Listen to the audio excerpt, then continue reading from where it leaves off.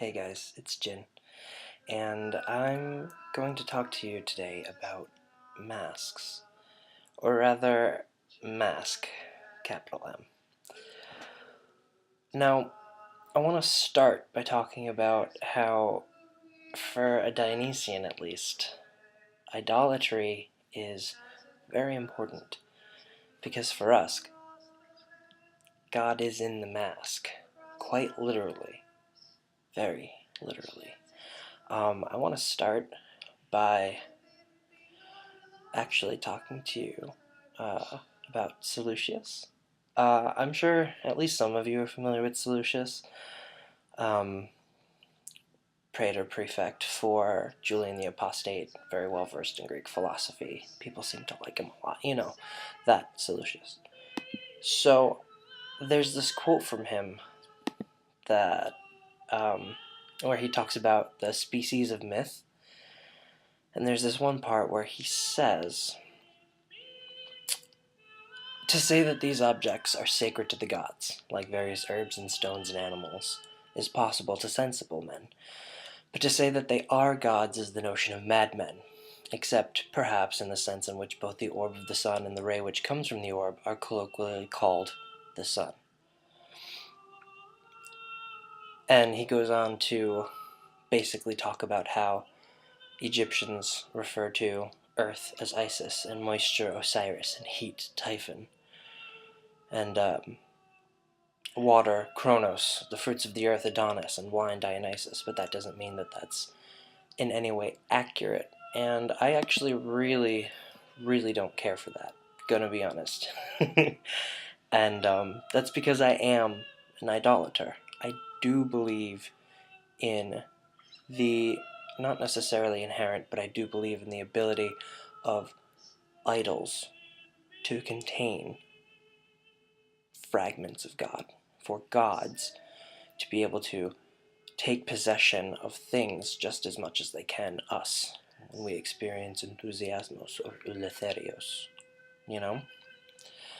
There's a very good reason for that, especially as a Dionysian. On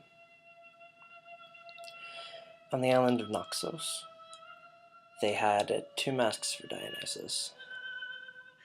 Dionysus Melikios, which was made of fig wood, and, notes, olive wood, no, grape wood, for Bacchus, so madness and sweetness. But there were other such places. I believe the olive wood mask was made at Lemnos, so that's quick glance, you get it.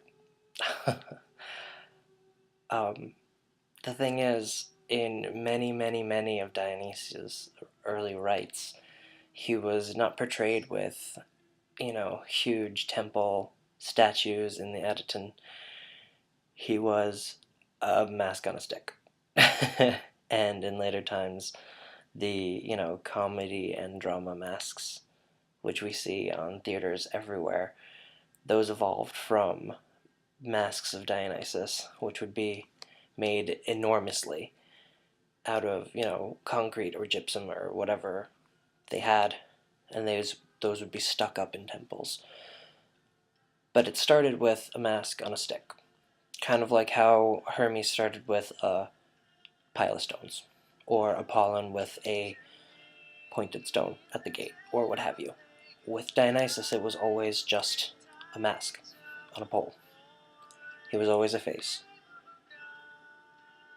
But unlike, say, Hermes or Apollon, Dionysus' mask was always him being there.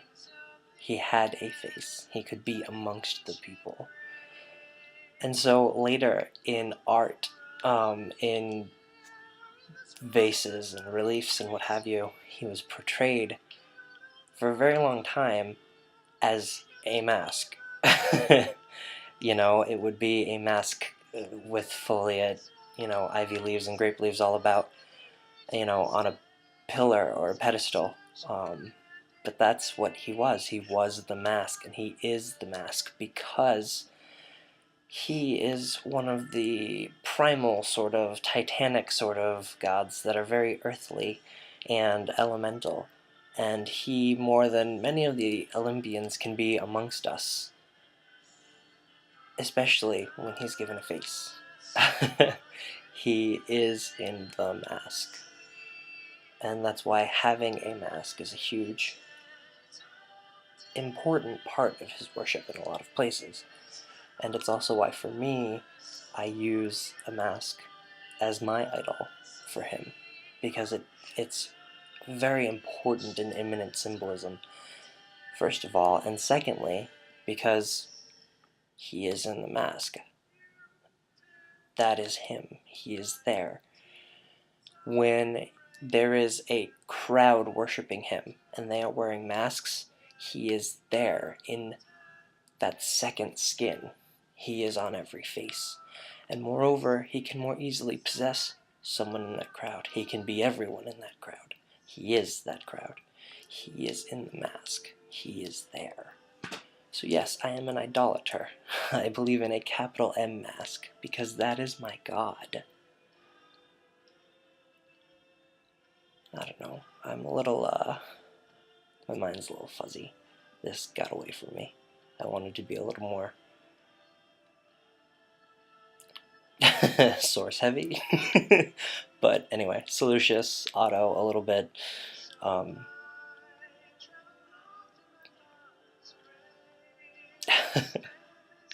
is in the mask. God is in the mask. God is in the mask.